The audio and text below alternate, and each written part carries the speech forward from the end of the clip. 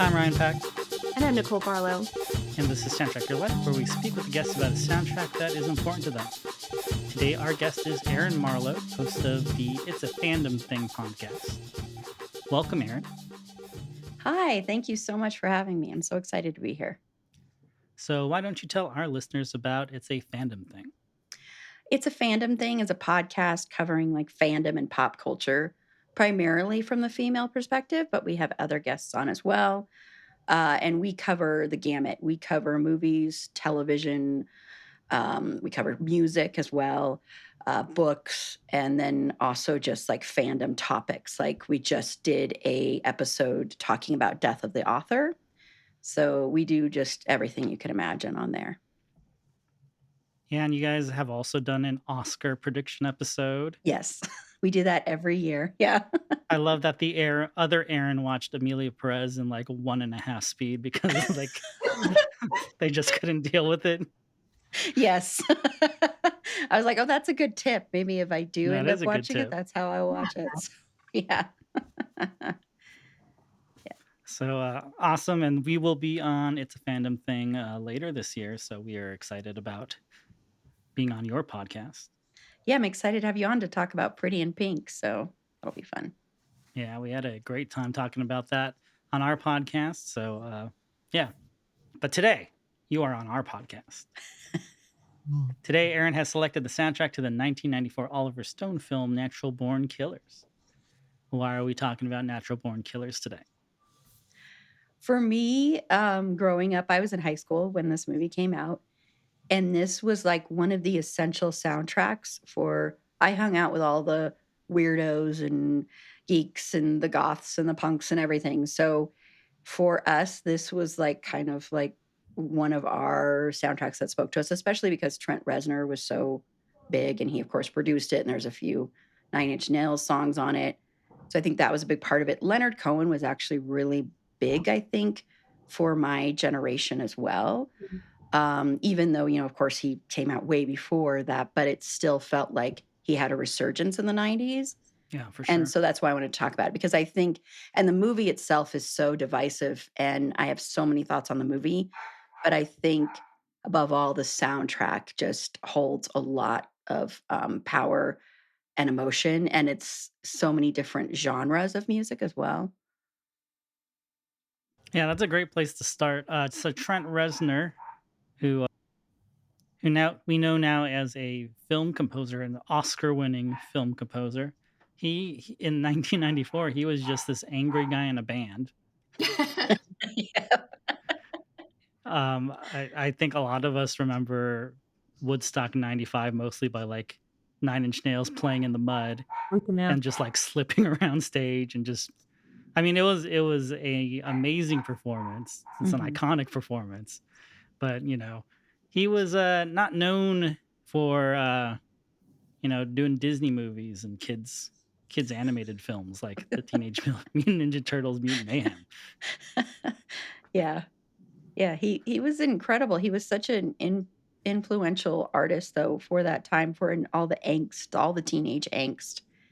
And Pretty Little Hate Machine is like one of those albums that just speaks to all of that anger that you feel inside. And it's like he's able to get it out in lyrics that you might not be able to say at that time. So yeah, and he's incredible live. I don't know if either of you have Yes, seen. Yeah. he is they are incredible live. Yes. I saw them opening for Jane's Addiction. Ooh. And this was back when, Yeah. yeah, I guess Jane's Addiction isn't good anymore in concert, is what I heard. Harry Farrell went a little Yeah, feral, I think, recently. Yeah. So but when I saw them, they were fantastic. So yeah, that's incredible. Yeah, I think it's there should be some kind of challenge talk about natural born killers without saying the term 90s angst because I feel like it is the quintessential angst film and Reznor's involvement and this being his first soundtrack work, the first soundtrack that he curates for film. I think really centers that in a very 90s mood. I had never seen Natural Born Killers prior to this. And Ryan and I were talking about how as youths, right? We're 13, 14 years old. This was the thing that you saw at Blockbuster, and you were like not allowed to rent. It was kind of forbidden. there was a lot of controversy around it. It was banned in Ireland. It was, something that parents were not going to let you see. So here I am at like a ripe old age seeing Natural Born Killers for the first time via Amazon Prime. I'm so sorry that I had to spend money on Amazon Prime. And my confession is that I could not finish it. Oh, wow. That Oh, is so you don't know how it ends. this film has the distinction of being the first thing that I couldn't finish for the podcast. And I it's not necessarily because the content of it is about serial killers and it's violent, and I've seen a lot of violent movies. I just thought every directorial choice that Oliver Stone makes in this film was disgusting. And I think it's very 90s too. It felt very like, I don't know, David Carson and like everything that was like aesthetic at that time and probably very zeitgeisty at that time with the flash cuts and the jump cuts and the projections didn't hold for me. Well, And he's never quit the jump cuts. he's never quit. No, That's he true. would never quit a jump cut. But I felt like barfing. And I think I jumped midway through. Ryan actually told me like, oh, I think you jumped at the point that Tarantino jumped, because Tarantino has also apparently never seen the film all the way through. Yes, yes. Yeah. Well, and the Dutch angles, like so many Dutch angles. I mean, yeah, and lots of overindulgence is, I Right. think, the best word for it. I think I read that like a normal film has like 900 like cuts, and like this one had like 3,000. Oh, Yeah. Jesus. Yeah. That's so many. Yeah. It's film school. It's like I was watching like Yes. 15 different, film school kids reels back to back. And it was very uncomfortable and upsetting. So it wasn't just the content, although the content is also upsetting. It was really just the choices.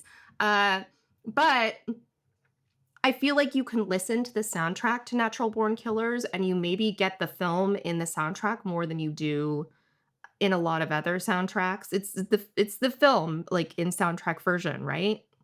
Yeah, without being like a musical. Yeah, kind of. Yeah. Yeah. And I know like on the original like CD and stuff, when you got the CD when it first came out, it's that thing that they were always doing in the 90s where you hear like a clip from the movie and then it goes into the next song and then the next song. And I know now like you cannot go to Spotify and find the soundtrack like Right. the original. It's like people have put it together with the songs, Right. but you can't find the original with the words. Like you hear like well, you didn't see this part, but when they are in prison and Scagnetti, who is just, I think, worse actually than Mickey and Mallory, if I'm being quite honest. He's creepier, the cop, the detective. And he goes and he's gonna see Mallory and he's obsessed with her anyway. And you hear Tommy Lee Jones' character give like a voiceover, and that's in the soundtrack. And so you have all sort of moments like that on the soundtrack that I think make it where even though, see, I watched this last year for my podcast, we covered it. And then I watched it again a couple days ago. And even though I hadn't seen this movie in like over a decade, probably longer than that, I remembered distinctly the soundtrack and moments from the soundtrack when you would hear pieces from the film.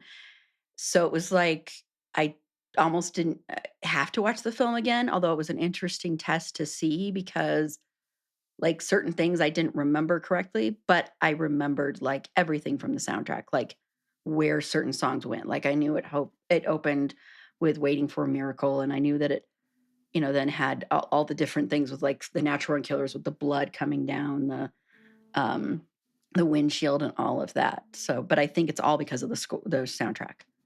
It's just Yeah, completely. and you had said, you saw this in high school, I imagine with a group of friends in high school. What Yeah. was the mood around it at that time? And were the accolades more around like, yeah, the soundtrack is badass and everything that we love, or do you remember what your recollection was of it? Yeah, and actually, this is not like at the time it was cool, but now thinking about it as an adult, this was not cool. One of our teachers took us to go see this movie. Are you kidding me? You're shitting No. me? I'm Your not high school teacher took you to see Natural Born Killers. Yes, I'm not kidding Under because what pretense? like I'm a cool teacher. I don't, it was not appropriate at all. At the time, of course, we were like, this is so cool. So a That's a bunch of us, choice. yeah, That's a yeah. choice. We're gonna think this is what the '90s was like, but I lived through the '90s too. That did not happen to me. That's wild, Erin. I know, I know. Well, I went to an alternative high school that was really arts focused and arts based. And while it was a great Mm. school, some of the teachers kind of, I think, took that friendship thing a Mm, little bit too far. boundaries. And yeah, so we went, but it was this experience because this was such a controversial movie. I mean, so controversial. This has been blamed for so many true crimes that have happened since, and people were so angry about this movie. People were protesting this movie. People did not want they didn't want us to see this movie, of course. And so that made us want to see it more. And I think because of the controversy, honestly, and not just even the soundtrack, but the controversy, I think that's why so many of us loved this movie. But I remember seeing it, and this guy who I ended up dating a little bit later after this, who I had a crush on, went with us, and I remember just he was so disturbed by this movie, and it just sticks out because I had such a crush on him, so Sure. but he also loved the music, and so I was like, "Okay, I'm gonna love the music even more than I already do," because, that whole thing. Um, but yeah, it was an event. It was something that a lot of people talked about, like, I kind of I know, like, before we started recording, Ryan, you were talking about train spotting, and I think this is very similar in that respect as far as, like, how impactful it was with the score and with the controversy. I mean, train spotting, the controversy is not the same kind of thing around it, but it had the same feel to it. It even had a little bit of the Gen X, like, angst, like, "Oh my gosh, the how driven we are, the media, and we're controlled by the media, and we're controlled by the news, and we're controlled by the television." And, if you were to make this today, it would be social media, it would be like Twitter and Instagram and all of that is how you would kind of reflect this. So, I don't think many people realize that, but this was a huge, huge deal. And, yeah, it was a pretty controversial time, but yeah, I still will never get over the fact that my teacher took us to this. That is really like the insane reveal of this podcast. What is your high school teacher's name? Do you remember? Erin? Angie. Angie, if you're listening to this, we're gonna need an explanation. We're gonna need a follow up with Angie. But But let's not dox Angie. Yeah, no, let's not. no, but, like, it's just, like, email us, Angie, if you're out there. Angie, no last name. Yeah, it's interesting that you say that because I feel like in 1994, this is coming off the heels of things like the OJ trial, of, Yeah. a lot of media moments that are at that time very new and a very new way of sensationalizing crime and murder. And so I feel like the defenders of this film are very much like, no, you just don't understand that it's kind of against that. It's a commentary on that. I didn't finish it, so maybe maybe I'm the wrong person to ask. But I feel like that's the angle. But it's interesting to see the choices that were made in this film, especially from apparently what Tarantino's original intentions and script were. Yeah, Yeah. so Tarantino has a story by credit because he kind of disowned the script. He sold it to Warner Brothers for, I believe, $10,000, so he could make other things. He tried to make some version of this, but it just didn't work out because he didn't have the money to fulfill his vision. He has said things like, Stone's biggest problem is that his obviousness cancels out his energy, and his energy pumps up his obviousness." And he's also just said, I hate that fucking movie." So I pulled up an interview with him where they asked him about Natural Born Killers. Have you ever tried to watch it? He said, I tried to watch it once in the theater and I had to walk out of it. It's the only time I've ever walked out of a movie. And he walked out during the I Love Mallory sitcom scene. So clearly that was not his vision. He said anything else that's funny in that movie is probably from his script, and left it at that. What a Tarantino thing to say. I'm kind of team no one in a way because it's like loath to like agree with Quentin Tarantino on certain things, but apparently his original script was more about the reporters and Mhm. Robert Downey Jr.'s character, less focused on the killers. And I think his argument was that translation was not right. What is interesting though is that the soundtrack does feature a lot of this very like twangy surf and things that feel a little bit more like country influenced. The diner scene in the beginning, which I did see, also feels like very Tarantino. So there are things that are similar, you know, there are things that like echo his later use of Dick Dale's Miserlou and things that feel Tarantino-esque, but they feel more Tarantino-esque, I think, on the soundtrack than they do in the film.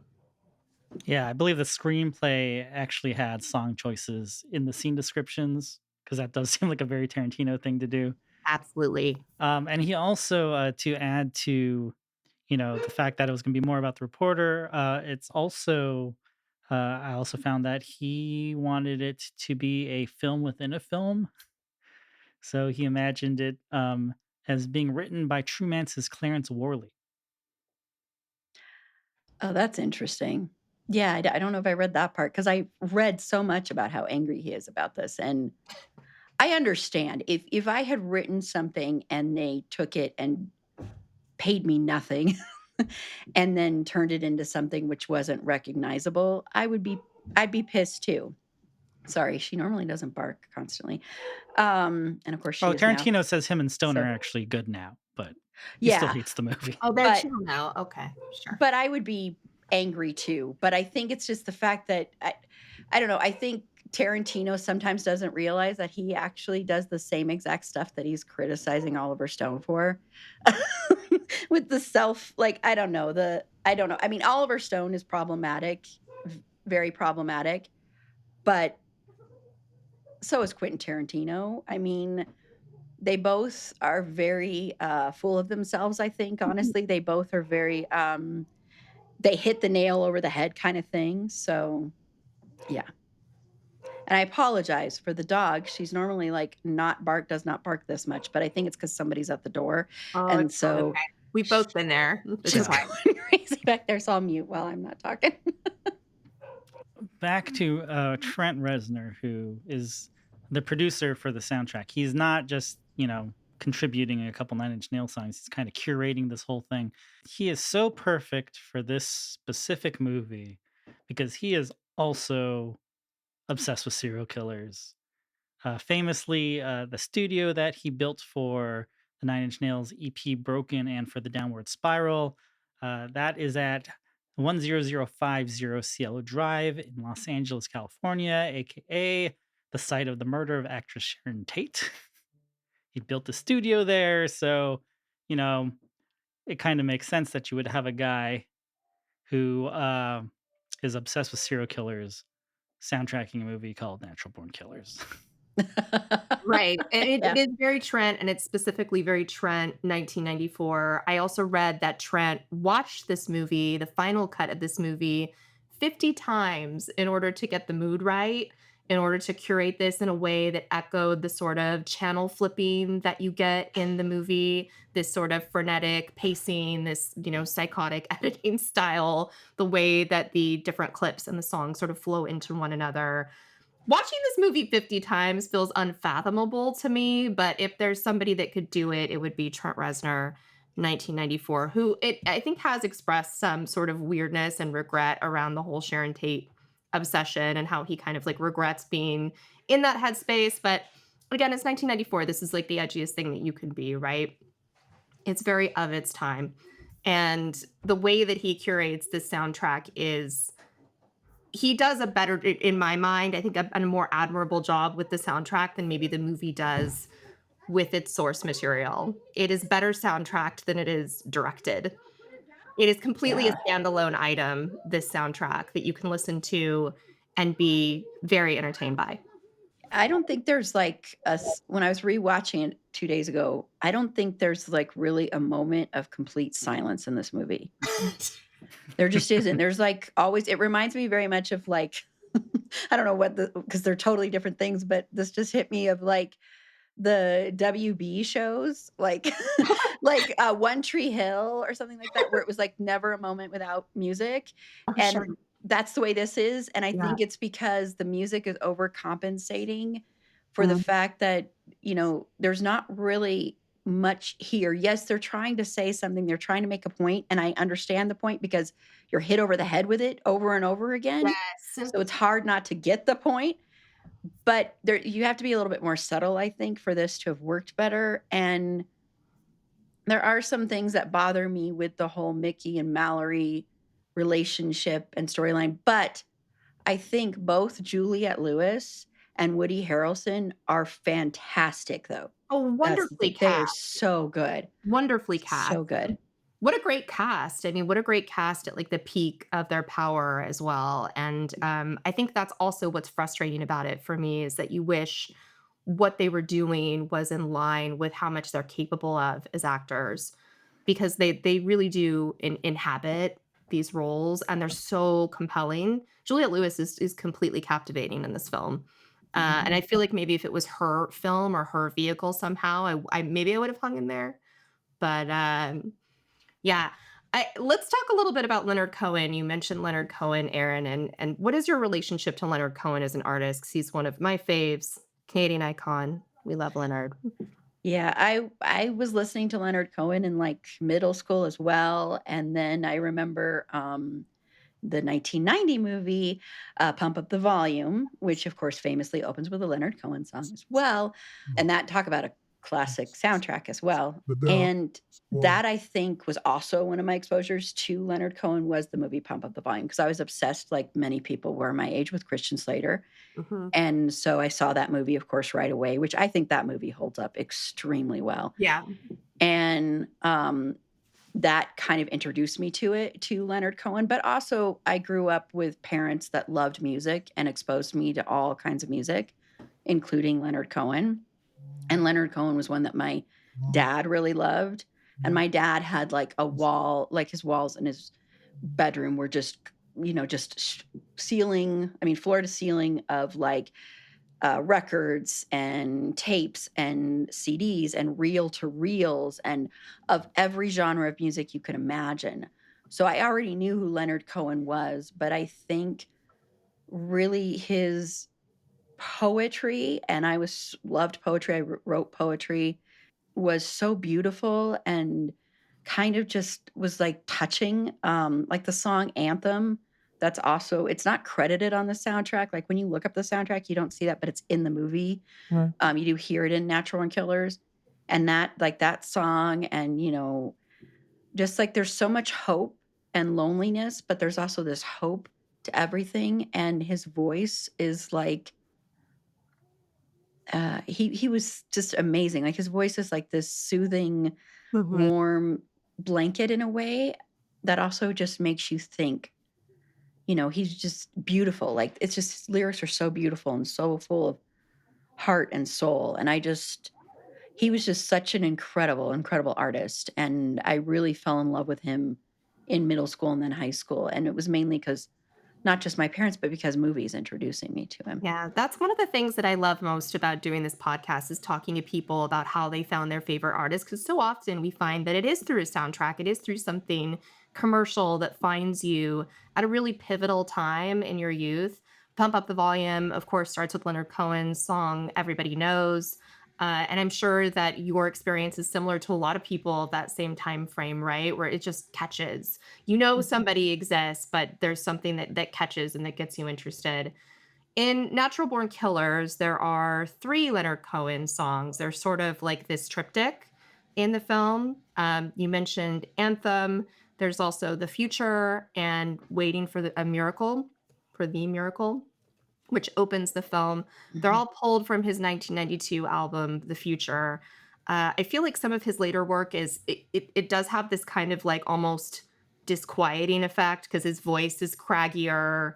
It's yeah, a little bit more detached and still the same like poetic insights, but it has a little bit of like a menacing feel that I feel it works in the context of the film. Lyrically, I think there are a lot of things in it too that are very much turn of phrases that are about like regrets and decay and morality. Like it all works mhm. really well for, I think, the context of this film. Leonard Cohen is probably better known for Hallelujah. There's a really great line from an AV Club article about natural born killers where they note that before Hallelujah became the go-to song for sad ogres and superheroes fucking, which of course refers to Shrek and the Watchmen, his disenfranchisement was basically used in pumped up the volume and then this. Yes, So and not the Watchmen that Trent Reznor scored for HBO, but we're talking about the Zack Snyder yeah, Watchmen. let's not get it Yeah. twisted. The Zack Snyder watch where like they're literally in whatever that weird That spaceship thing. yeah, like I watched that in the theater and I did too. I'm I surprised I didn't walk out of that one. laughed so hard, like out loud. Yeah, it was not supposed to be funny, but a lot of No. people laughed. No, Yeah. inappropriate application of Leonard Cohen, whereas in Natural Born Killers, I feel like, yes, appropriate Mhm. application. Yeah, and I feel Natural Born Killers is around the same time as Jeff Buckley's cover of Hallelujah, which a lot of Mhm. people kind of feel like is the original version. Like it's Mhm. become such an iconic version where some people don't realize it's a cover. Yeah, that's very true. I mean, it's a great cover, but I think it's one of those where it almost took over the original, which can happen. And I think Yeah. also for different generations, that's probably what it is. So Yeah, yeah. to our big Trent Reznor fan friend Brandis, she is very salty when people don't realize that Johnny Cash's Hurt is actually a Trent Reznor song. Yeah, that blows my mind that people don't realize that. I know, like, people think of that as the better version, and I love that version, but it kind of makes me sad that they don't realize because I love Trent Reznor is, like, one of my favorites. We talked about him a couple of years ago on my podcast, and he's such an interesting person to watch interviews of. I don't know if you've ever seen interviews with Trent Reznor, but he's so quiet and reserved and so smart and very thoughtful, especially as he's gotten older. And his work scoring films, scoring movies, his work with Atticus Ross is just Mhm. amazing. Their film scores are incredible. Absolutely. Yeah, How dare they be snubbed for Challengers this I year? know. How dare the Academy? How very dare they? I think he got so mad that he decided to do another Nine Inch Nails tour. We're touring the world. They are touring, that's true, they are touring. Fuck the Yeah. Academy. Let's get on the road. Right? Bye. There are some great, like, really iconic Nine Inch Nails songs on this soundtrack as well, and I wanna say, and maybe I got this wrong, so someone correct me, but was Burn unreleased until it was released on the soundtrack? No, Burn was written for the movie, It was Yeah, written for the mhm. movie, okay.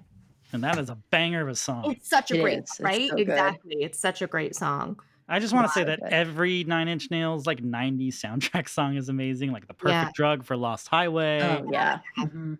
the Joy Division cover of Lost Souls for The Crow, totally. he only brought, like, his A game for soundtracks. He really did, and I think he did Lost Highway right after he did this, so this is sort of like his what a great opener into Mhm. soundtracking, by the way. I feel like no matter what you say, it's really not enough praise that, Trent Reznor is still underrated in this game. Also, if you were going to watch a movie that had Nine Inch Nails on the soundtrack, it also automatically meant, like, don't watch this with your parents. So true. That's very true. Synonymous with, like, no, this has, like, a parental advisory sticker. Yeah, Yes. you watch this at a sleepover with your friends after your parents go to sleep. Mhm. Exactly the mood. Yeah, and, in, 7, the beginning in 7, Right. yeah, yeah, Yes. everything that he did. And even with the scores that he's done, like, I don't know if you've seen the movie Bones and All, which is a very divisive film. I actually love that movie. It's about cannibals, but it's with Timothy Chalamet, and he's a cannibal. I don't know if you've seen this I have movie. not seen it, but I'm sort of familiar with it through the, Club Chalamet. Yeah, it came out. It was, Luca Guadagnini, who also did Challengers, and then, of course, did the movie Queer that came out this year or last year, excuse me. And that is such a great soundtrack because or score because of what the film is. The film is actually a love story, but it is a cannibal love story. It's a very interesting movie. So someday I'm gonna have to talk about that movie. But he sets a mood. He knows how to do that. Like I think really loves film, and you can tell in any work that he does. And any, just regular songs that Nine Inch Nails that they do, you can also see in there the love of film and the love of the visual medium. Yeah, and I feel like they've had such a wonderful evolution and growth as musicians. That refusal to be in the same place when they could have rested on it forever, like some of their peers from the 90s, the refusal to do that, I think, is what makes them and Trent so interesting, as an artist. I never get to talk about Disney Pixar's Soul. I'll never get to talk about that on the show, right? But that score is so gorgeous. It's so beautiful, and it's something that you would never imagine to come out of, but it does. So yeah, not enough praise for Reznor, and it is cool to see his sort of inception story, origin story through this film. Mhm. Yeah, and in the 90s, he was doing music videos with Mark Romanek and David Fincher, people who went on to do feature films. And obviously, he has a long running relationship with Fincher, doing a lot of his film scores.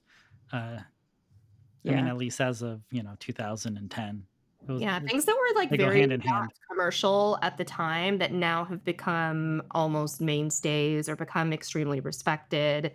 He was definitely there at the forefront. Mhm.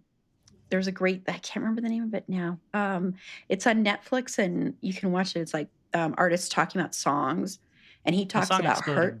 Thank Is it you. Song Yes. Exploder? Did you watch the one when he talks about hurt?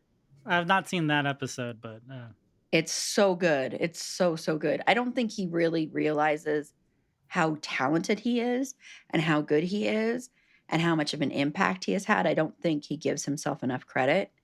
And so it's interesting watching him talk about that song, and he of course mentions Johnny Cash and stuff in there too. oh, so speaking of Johnny Cash, in the same interview with Tarantino, it was maybe like the same year, maybe the year after the movie came out. He sees Johnny Cash. Johnny Cash comes out of this elevator. Obviously, he's like, "Oh my gosh, you're Johnny Cash." And Johnny Cash goes, "You're Quentin Tarantino, right?" And he goes, "Oh my gosh, Johnny Cash knows who I am." He's like, "Natural Born Killers." And Oh, Tarantino's like, "Ah, fuck." oh, no. Yeah. What year did you say that was? It had to have been like 95. Oh, man. So it would have been, like, kind of the only thing Tarantino was known for at that point, maybe?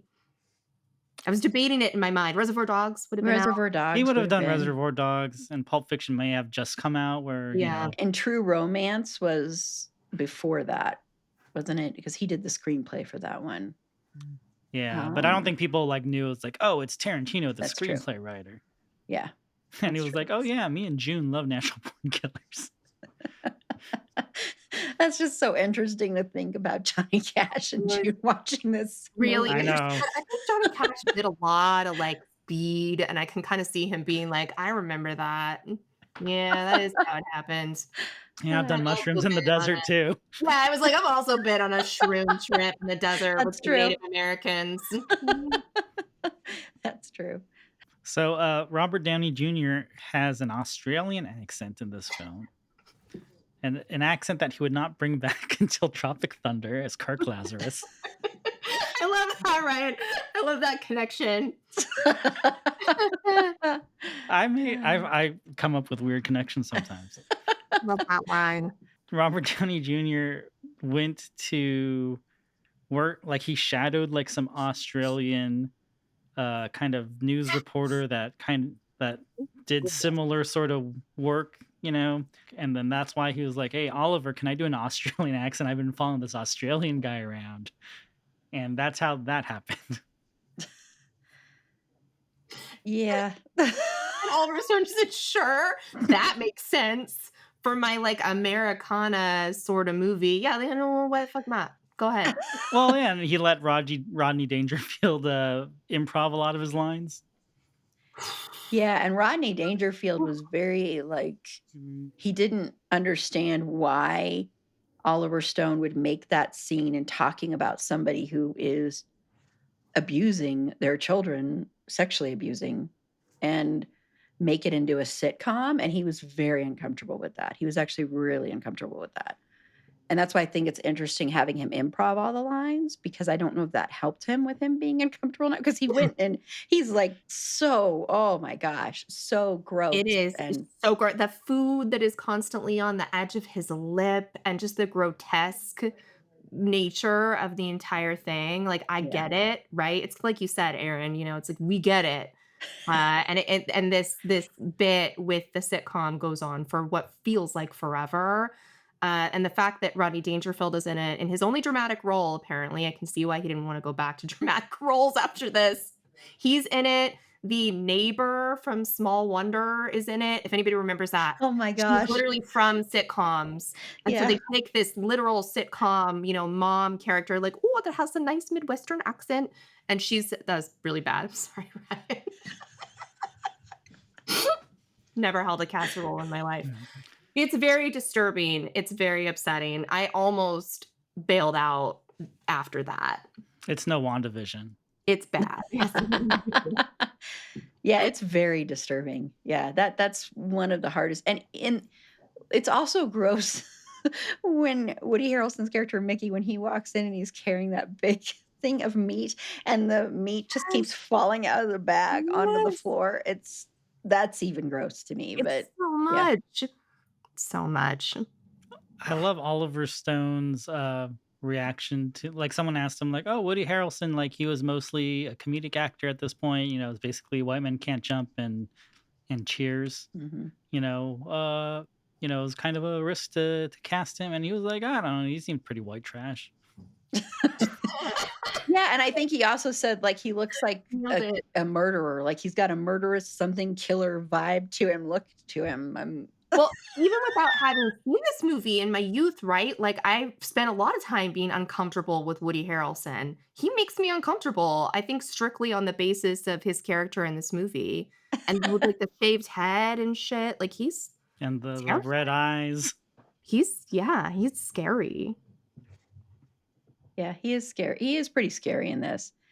And it's pretty I'm wondering, as people who just watch this, what age do you think Mallory is? Because I think there's some underage dynamics going on here with Mickey and Mallory. I don't know. Yeah, well, it seems like he picked her up outside the high school, let's put it that way. Exactly. Exactly. And I don't think they do define her age, but I think they're definitely playing her up as they're playing up that, like, jailbait angle, I Yeah. feel, a little. Yeah. It's it's uncomfortable, but it's like, there's so many uncomfortable things that, yeah, I'm like, why not? Why shouldn't she be, like, 16, 17? Yeah. Sure. Yeah, they really flood the zone with like grossness. Where like, yeah, well, I'll just let that one slide. Right? I think flood the zone with grossness is the perfect description of Yeah. what this movie does to your psyche. I do feel like, though, again, to revisit how I think the soundtrack has a life outside of the movie, the soundtrack was very popular. It did go certified gold, sold 500,000 copies. So I think there's relevance in the soundtrack alone, maybe because arguably, you tell me what you think, not everybody saw this.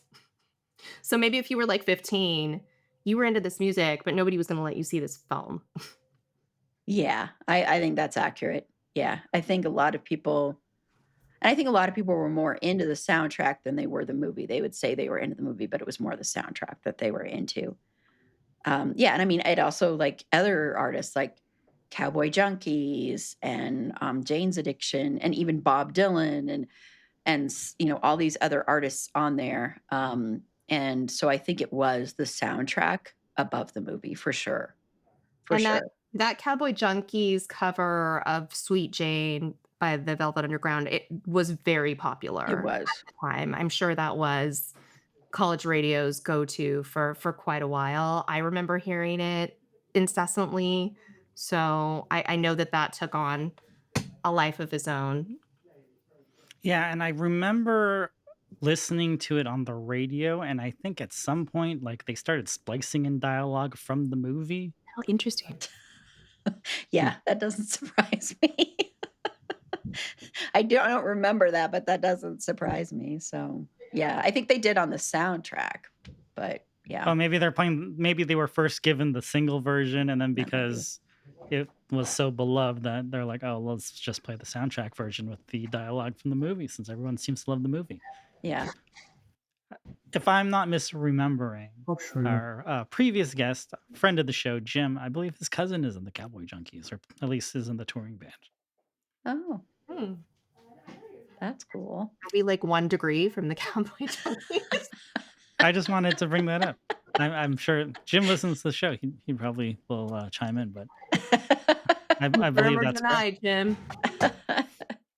But, yeah, I mean, I think that is a way for a lot of, younger people to, like, get exposed to the Velvet Underground. Mhm. And to me, it's like, other than the original, it's the only other version of that song that needs to exist. Yeah, some covers I are like agree. that. Hurt, I think, is another one, right? Which we've already talked about. A cover song is a very it's a very hard button to button. Mhm. That song buttons it. Yeah, and I think it became more popular than the Velvet Underground one, honestly. Oh, Yeah, absolutely. Without a doubt. yeah. Yeah, I remember the music video for it. I remember listening to it on, mainstream alternative radio. Mhm. It was everywhere. And for some reason, I thought that the soundtrack was even bigger. I mean, 500,000 is obviously still a lot of sales, but I just thought everybody had this soundtrack, or at least everyone had a tape of it from their friend. Yes, I think that's probably what it was, yeah. Yeah, maybe people were taping it, off the radio when you used to do such things. Yep, or taping it off of somebody else's tape when you had the 2 tape decks, Oh, yeah, the 2 tape decks. and you'd record off of the other one. Absolutely, yeah. Yeah, they were probably doing that too, I would guess, yeah. And then there's other stuff on here like L7, Mhm. Shit List, I think I love that song. That song is, so much fun to sing at the top of your lungs because you can just get a lot of anger, frustration out, and I think for women and for young girls and stuff, it was also very empowering. Hearing women singing that song was empowering as well. That song's a ripper, and the beginning scene in the diner when that plays is a pretty cool scene, and it Mhm. does read very Tarantino-esque to me. There is a part of the song where I think she yells, like, "You're on my shit list," and then Juliette Lewis says the same thing as part of the dialogue in the movie, Yes. which is sort of corny, but also proof that I think you can listen to the soundtrack and you kinda get the gist of the film. It's maybe the better option for certain people like me. But yeah, that's a great song. That's a ripper. Yeah, and I think that encapsulates the character of Mallory, honestly. Yeah, because she's getting so much revenge for how horrible she was treated and the abuse which is not an excuse for what she did at all, but I think that's a lot of what her trajectory is as a character is, and you see it with her changing her hair and the clothes she wears, is that she is going from that feeling trapped and feeling abused and controlled, and then now she's found someone that's helping her realize how to get out of that, and so she has all these people on her shit list, and she just adds new ones. Like when they get, I don't know if you saw this scene, but when they get married on the bridge and that truck passes all those guys hooting and Mhm. hollering, and Mickey's just like, we aren't killing anybody on our wedding day. And Yes. Yeah, and so there are aspects of it that, like, are I was finding kind of funny, and then by the time they got to the scene where, the Native American guy gets waxed and there are all of these, like, projections because they're both tripping and everybody's dying and there's been a rape scene and it was like, "No, I can't." And it wasn't so much the content, it was more just these directorial choices are, like, oppressive. They're bad. yeah, I agree. Couldn't do it. I feel like I'm just venting now. Juliette Lewis is such a great presence though, and I was very into her character. She has a band, Juliette and the Licks, which makes sense. She has that, like, aggressive front woman energy Mhm. all the way, boots down. Yes, I agree. I agree. She's, and in which you wouldn't have seen this, but when they're in prison, which it's funny because I didn't remember that the prison stuff was such a huge part of this movie. My memory always was that the prison stuff was like 10 minutes. It's half of the movie is in the Oh, prison. no. Really? And yeah, and I totally forgot that it was that big of a part. And when she is, when Tom Sizemore's character, Scagnetti, when he goes in there to visit with her, and he's so, that guy's so creepy. Yeah, he's gross in And real life too, right? I think he probably was. Yeah, he's one of those. Well, she breaks his nose. Mallory does. Well, she actually did break his nose. Like when they did that, she accidentally, when she was in the scene, she really did break his nose. So that's real. Yeah. Oof. Wow. Wow. Yeah, I heard also the prisoners are also, for the most part, real inmates, Hmm. and they gave them like rubber weapons, and then, but they couldn't finish filming with the inmates because they were like on lockdown at some point because it was like 3 weeks of shooting, and so they had to get in some extras. But another interesting choice by Oliver Stone. Let's just have real inmates in here.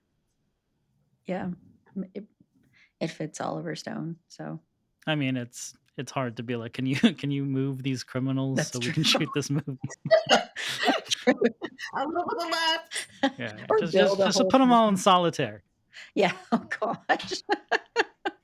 1 That minute. would be terrible. But yeah, it's interesting that you didn't, because the future, because you didn't, did you read up what happens at the end of this movie?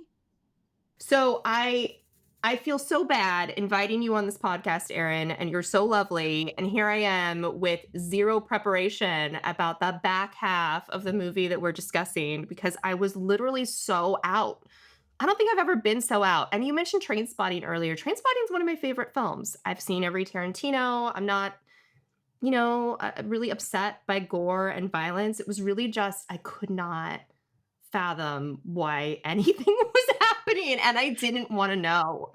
I almost didn't wanna know, and I'm like, "I feel so bad, Ryan." I'm confessing this to Ryan. I'm like, "I feel bad. I'm sorry I couldn't do it. Or I'm just gonna have to talk about the music." But now I wanna know what happened in the prison. So they so Robert Downey Jr.'s character goes in there and is gonna and interviews Mickey.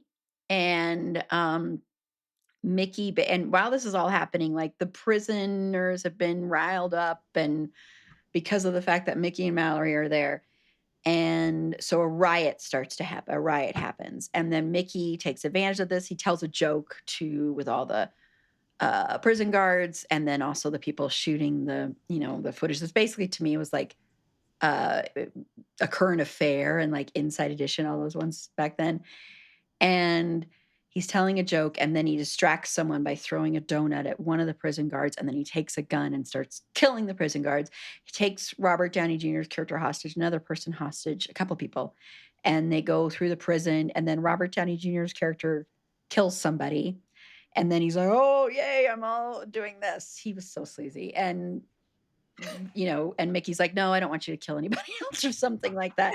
And then they get out of the prison, get Mallory, they break out, and then they break out, and then in the end they end up shooting on camera Wayne, yeah, the Robert Downey Jr. character. And then in the end, because Mallory's talking about, well, I'm just thinking, I really want to have children now, I really want to be a mom. And so in the end, with the future playing, they are driving around in Winnebago with 2 kids, and she's pregnant. I think it's 2 kids, and then she's pregnant with the 3rd one or something. Yeah, that's how it ends. Your face. Listeners are not gonna be able to see me. It's a happy ending for 2 people who don't deserve a happy ending. Exactly. So upsetting, but so upsetting. Yeah, so you got to think, man, when those kids grow up, like if they don't like someone they're dating, or Well, it's just, I know whatever, it's fantasy, but it's just like that whole cycle of violence. God damn, what a No, we're done horrible. with that now. We're just Whew, gonna have a family. yeah, whew, I know. It's so I whew. know, it's bizarre. It's just like, yep, just happy and pregnant and driving around in their Winnebago. Yeah. Yep. But I think it's perfect to use, the future over that, honestly, because it also cuts through with the credits, also, like, scenes from other movies and then previous scenes in the movie. So it's not just the Winnebago that you're seeing, but you're seeing other things, and it's kind of like, "Look at how horrible and dark the future is." I mean, that's really what I think Oliver Stone is trying to say and hit you over the head with it, of course. Yeah, for sure. Like that, yeah, for sure. And, I think part of the reason why this movie maybe doesn't hit the same way as it did then, or it isn't quite as shocking, is because we just live with these media realities now. Mhm. This, overexposure of everything and, whatever true crime podcasts. Apologies to our true crime podcasters, but it's like we just live with this stuff now.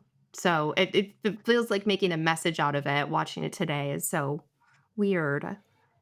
Yeah, because it's a very disturbing movie, and it's kind of uncomfortable, like, a lot of it is uncomfortable, but even though it's violent, it's, like, not as gory or violent as, say, other things that have come since or even before it, to be frank.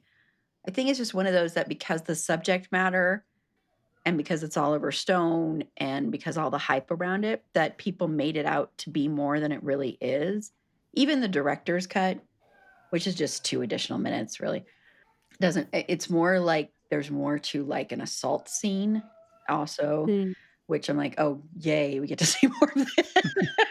Yeah. It's like, "Why do we wanna see more of this?" Well, it's Oliver Stone, so I really think that's kind of par for the course there, but I think it's just the subject matter and the way it's handled can be even more disturbing than some movies that are 10 times more violent than this one. So, yeah. Yeah, I think in the 90s there were definitely directors who liked everything to kind of look gross, like Samuel Bayer, the musical director who did like Smells Like Teen Spirit and the video for like Zombie by the Cranberries. Like his videos just kind of look grotesque. And it's like, Mhm. is this all you do? And I get it. It's like 90s rock music and like you want to be like gritty and edgy, but it's just like everything. It's just like, why are you lighting everything so gross? And I feel like Oliver Stone is kind of like that too. Like, this didn't have to be this gross, Oliver. He's, you know, like that doesn't make it edgier. Yeah. Right, and not to compare it to Trainspotting, I think they're different movies with similar things going on, like you said, similar sort of Gen X, whatever, rallying cries that are sort of baked into them, but at least with Trainspotting, you do get, in between a lot of really horrible things happening and Ewan McGregor swimming through a, shit-filled toilet and a baby dying of neglect, you get moments of quiet, like, it has pauses. It feels there's some breathing room between these things, and there is none of that in this movie, at least from the 50% that I watched. No, it's just like how there's never a silent moment and you're always hearing music. There's never a quiet moment in this movie, really. I mean, I think they attempt it when they get married, but even that is like then they have the animation of their blood intermingling and 2 serpents coming together. I'm like, "Wait, did we just get, like, the shortest animated sequence ever put to film? Like, what the hell was that?" And the whole movie you just had me like, "What the hell did I just what was It do reminds we" me of a Fight Club where, Tyler Mm, Durden's yeah. like, "Oh, yeah, sometimes we splice in, like, pieces of porn," and, like, Yeah, it's right, such right. a short, like, second that, like, you're not sure if you actually saw that or not, and Mhm. but Oliver Stone's like, "Let's do that for the whole movie, but make sure that you actually saw it." Yes, and it is constant where it becomes tiring. It becomes kind of that's why you wanna just focus on the music because everything else is exhausting. Like putting in the polar bears and the Coke ad and stuff, and Oh, Coke right. got so Coke got mad. pissed, Oh my right? gosh, they were so mad because they didn't realize what the film was until later, and then they're like, "Oh my gosh." The advertiser in me that licensed stuff, because that's what I do for my day job, I'm like, "Did this change, like, a bunch of shit in the industry? Because how did they not know until they saw the movie? Who talked to them about I know. this?" Even the title is like, Oh, yeah, the title of the film is Natural Born Killers. Would you like to loan us your Coca-Cola Maybe polar maybe they bears? sold it as, "Hey, can we use the polar bear commercial in an Oscar-winning director's movie?" And they're like, "Oh, yeah." True, That's true. probably Maybe they were like, Oliver Stone is attached, and, you're gonna want the bears in It's gonna this. be This is their big moment. prestige. that's probably how they Maybe sold it. probably they Trojan horsed it. Yeah. They Trojan horsed those poor bears. Yeah, because Oh, you're not poor gonna see Coca-Cola. yeah. Oh. Because you're not gonna see Natural Born Killers and think, "Oh, this must be like a Disney movie or something like that," or, "Is this about killer whales?" Or Is it Free Willy? Yeah. Oh, gotta be. Okay, that makes Yeah. sense. Yeah, it's there's so many things that are incomprehensible and strange about this movie and dense about this movie.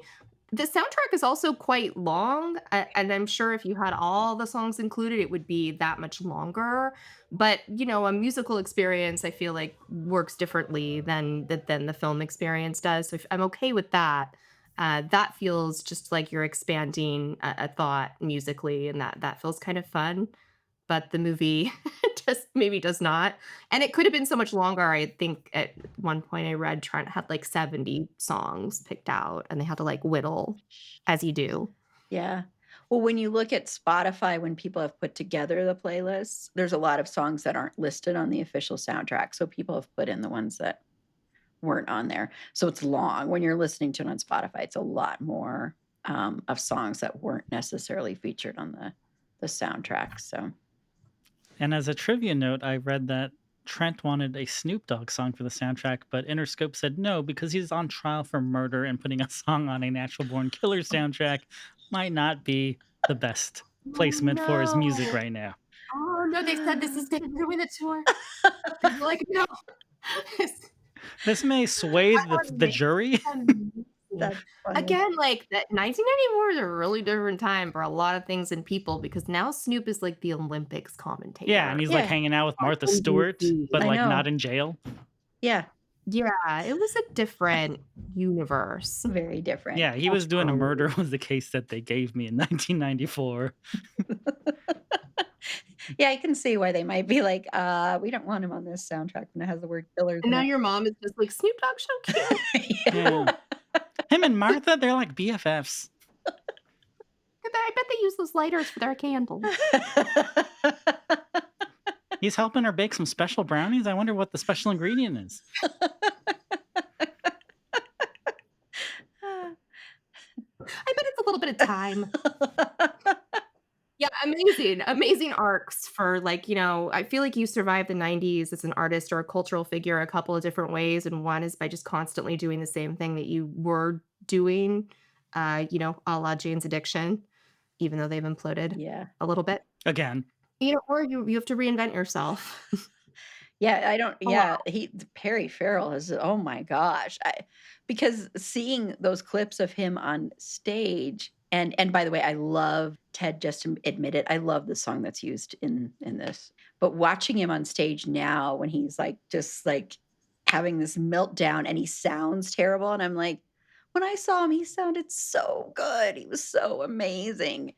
It's really kind of heartbreaking in a way to see that. Yeah.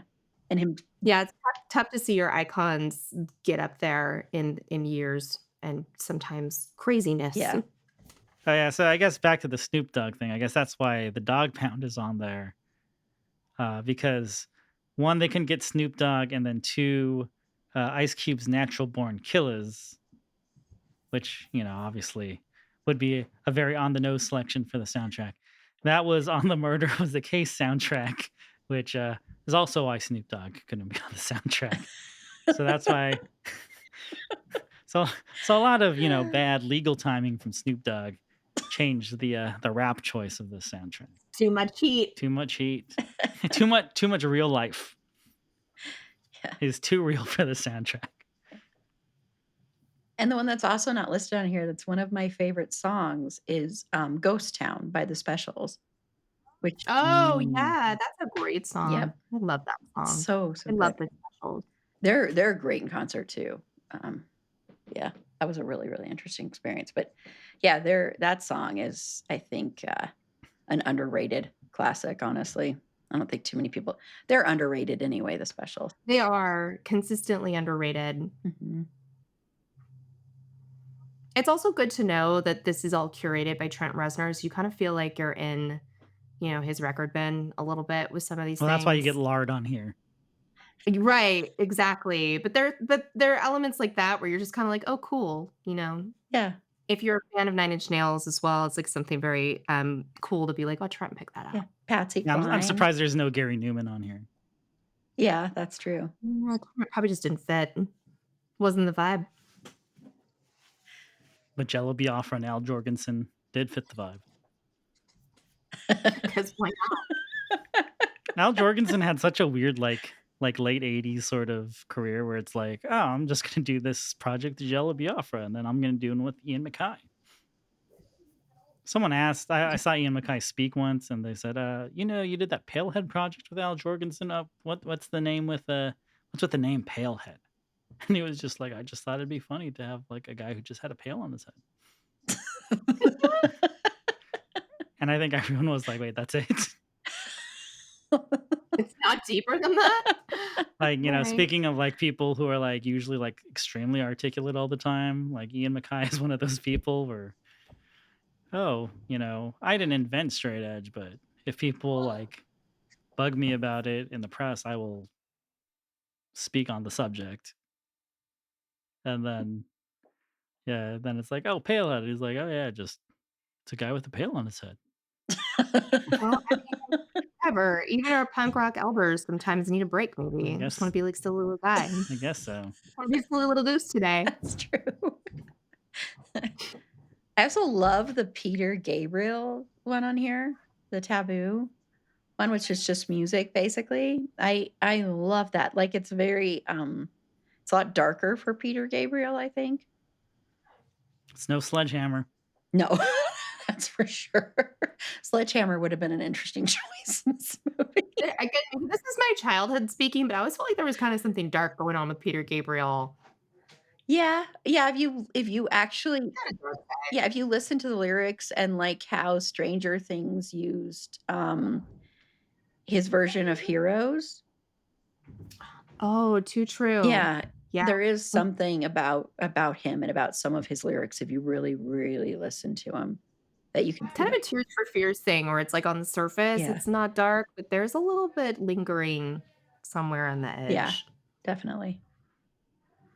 Yeah, I mean, in 1994 to pick something that's kind of more, like, worldly, like a global sort of sounding song is probably a big surprise for people watching stuff in a theater in 1994, especially, "Oh, Trent Reznor's behind this." I was like, what is this, Middle Eastern music that I'm hearing?" And then, you probably wouldn't even think like, "Oh, is Peter Gabriel behind this?"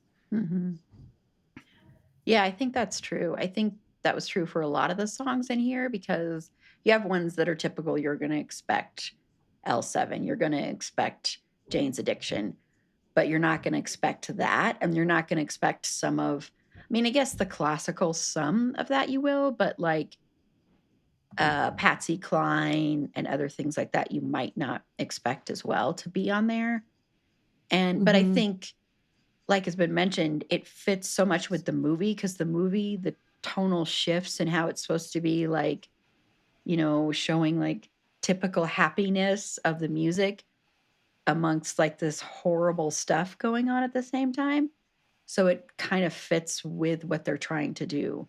Where if you had just dark music the whole time, I think it would be even more hard, it'd be harder, be even harder to watch because it would hit you over the head even more than when you have like a Patsy Cline song in here and you have like opera and you have like all this other stuff mixed in. It kind of throws you off kilter, I think, too. Yeah, I think Trent wanted to make, like, a sound collage is what he kind of Yeah. described it as, and not just like a curated by Trent Reznor mixtape. Yeah.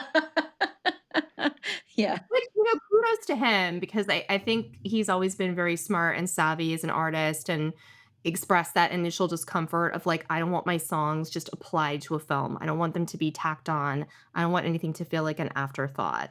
And I think for the time, that's probably a pretty revolutionary way to approach something as a collage, as opposed to I'm just going to pick a bunch of songs, as opposed to there's just a big studio paycheck for me. Mhm. So got to give Trent his flowers. Yeah, Yeah, it's not here's 10 songs by me and bands that sound like my band. Because you know exactly. what? A lesser artist would, Oh, yeah. And I think right? there were my mind is blank now, but I think there were a lot of soundtracks back then that were like that, honestly, where it was a lot of the same thing, just a different band, but you could have been like, "Wait, was that this band or was it that band?" I think that did happen a lot.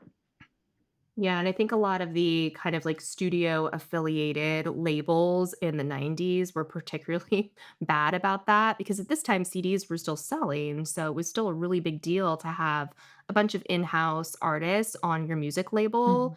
be on the soundtrack to a film and have them kind of like go together. Or, alternatively, maybe the soundtrack succeeds where the movie doesn't.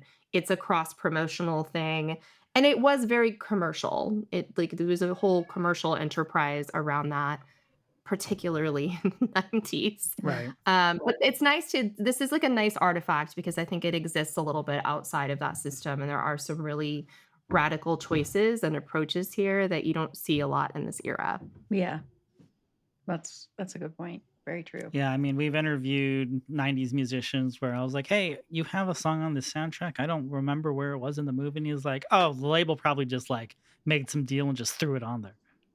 Yeah. And I was like, "Oh, okay, so like I'm not crazy. Like your song's not in the movie." Like, "Oh, probably not." Yeah. Like that was a It real was real Yeah. conversation. on the soundtrack test to move units, like, that was a thing Yeah. Mhm. as well. And then you had a lot where there would be like with Pump Up the Volume, the biggest issue that has had is the music. Like that's why it's hard to find that streaming anywhere, or it'll be streaming for a little bit and then it gets pulled because of the Right, 'cause the music, rights because the missing. music, the rights to it and everything is just so complicated. And you can't really like do like a television edit of that with different music because it'll take away from the Yeah. feel of it, you know? Yeah, and in 1990, they weren't like, "Well, what happens when this comes on the internet? What's the internet?" Exactly. Yeah, they weren't thinking of that. That's why I'm Right. grateful that I have the DVD because, it's hard to even get that, so, We stump very hard for physical media here. yes. Physical media shout out, drink.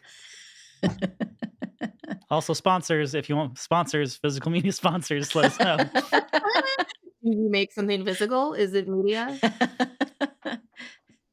Call us on your physical phone.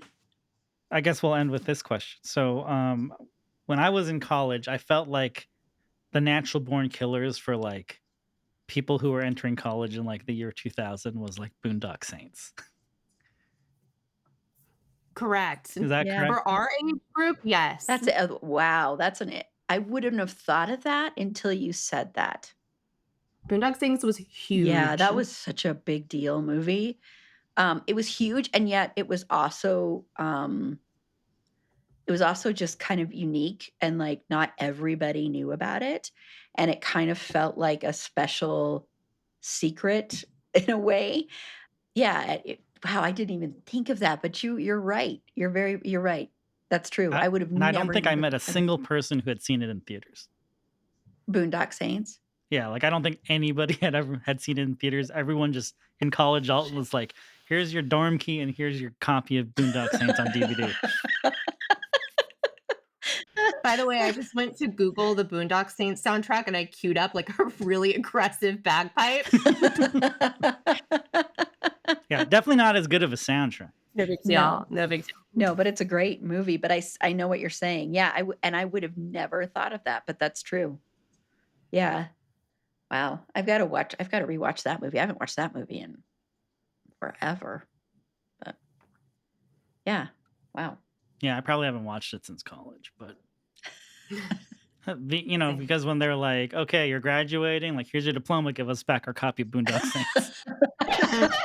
Well, Ryan went to film school. I feel like that's an important piece of information. So you it's a little different for Well, you as I well. went to film school too, and so Oh, you did too? Okay, well when then you were talking about how this Out Natural Born Killers is like film school stuff, it is, because I remember sitting there watching film school shorts that were so reminiscent of Natural Born Killers in a lot of respects where it's like, "Oh, this looks cool. What are we trying to say?" Or nothing. Yeah, it was it's just maggots and dirt and flash cuts and jump cuts It's and the yeah. weekend I had with the camera, I decided to drive all the way to Joshua Tree and just shoot a bunch of footage. Oh, wow. No, that's not my experience, but I feel Oh, like that's what like a lot of That's the student universal. Oh, I get it. I the get student it. I went film, the on Erin's shorts, like you're oh yeah, I can see that. like yeah, Dang. But that is true, and that would be the ones that would be like we had, like, the student showcase, and you'd be, like, on a big screen, and those would be the ones that would always get selected were those weird ones of, like, like the scene in Natural Born Killers where you see, like, the fruit dying. It was like that would be, like, the whole film, and then maybe an actor coming in and saying one word. That would that would be the whole film. Right. Mhm. There's so And many then some parts of band would take that footage and put it on a projector behind them for oh yeah. their Yes. show for 200 people. Yeah. Mhm. Mhm. Ugh, now I'm like, "Oof, oof." Yeah, mhm. You made a really good point about music videos where I don't know if it's a chicken egg thing, right? Like, I don't know what was there first, but, like, aesthetically, this feels painfully 90s, and it is kind of like an extended music video. Like, it would work if it were a couple minutes long. Well, I think MTV was definitely like an influence on like something that Oliver Stone was trying to like satire or critique. Mm. Yeah. Mhm. Mhm. I'm surprised that he didn't have them yell like, "This is true story." Oh my god. Like do some reality show angle. I guess it was too early for that. That's too soon. Yeah. Yeah, I think like Erin was saying, I think it's more that send up of like a current affair and, Like early, with early that 90s. other one you mentioned, those Um, I remember you mentioning them. yeah, now it Yeah, escapes me him even though I knowing just what the mentioned real it. world was is probably giving Oliver Stone too much credit for being that like Mhm. It's more yeah, it's more like talk show Yeah, and like Jerry TV. Springer and Jenny Mhm. Jones and that kind of stuff. Montel Williams. Hard Hard copy, copy, yep, hard hard copy. copy. Somewhere back there's a lot of hard copy for sure. My mom loved some hard copy. that's why I was on at like 2 p.m. in the afternoon, right? Oh yeah, I should be eating that shut up. So I guess we can end with this quote from the AV Club article where it says, "Natural Born Killers, is it a smartly satirical, deconstructive take on our collective fascination with violence, knowingly self aware of its own culpability, or is it just a stylized wank over sexy guns and sexier sermonizing, excusing that same exploitive bloodshed so long as it's performed with some panache and a muddled thesis that blames it all on the media?" Ooh, it's a lot of words. I like stylized wank though. Yeah. Is there? I mean, I guess discuss. How do we feel? Do we agree? I I think it's agree with both. yeah. Mhm. Yeah, I mean, it is a lot of Springer words. final thought? What's the Springer final thought? Oh, yeah, Springer's final thought. But that's when you have to be deep and meaningful. That's when you would try to be like, "Oh, well, this is you should get therapy. If you're experiencing abuse, seek help, get therapy, don't turn to murder." That about wraps it up, I think. If you need to Yeah, don't envision your life as a sitcom, you probably are having some sort of mental breakdown. Yeah, that too. Well, thank you, Erin, for being on our podcast. Thank you so much for having me. This was a lot of fun. So thank you. I love being able to talk about music too, so thank you. We had a great time, even though Nicole hates this movie. fail. I feel like a failure. Don't feel like a failure. This is not like a great, fantastic movie, frankly. So, You know who failed? Oliver Stone. yes, blame it Yes, on I think we Oliver all Stone. agree on that. Yeah. So, where can people find It's a Fandom Thing? You can listen on any of your favorite podcast platforms, wherever you're listening to this. The best way to find all our socials and all our past episodes, we've done over 500 episodes, is on our website. It's a fandomthingpod.com. And you can find our episode covering this movie, Natural Born Killers, and also tons of other things there. And there you can find our links to our Twitter, TikTok, Instagram, Facebook, and all of that. We're also on Blue Sky Social at It's a Fandom Thing Pod. Very cool. We are at soundtrackyourlife.net. That is our handle on Blue Sky as well. Soundtrack has on Instagram and Twitter, though Twitter is getting neglected these days for reasons. Yeah. But yeah, check out Erin's podcast. We were talking offline about how many great episodes she has. She's also covered movies that we've covered. So she has fantastic taste. I could vouch for that. Thank you. And then obviously we'll be on her podcast later this year in a couple months. So look out for that as well. But thank you again, Erin. Thank you so much.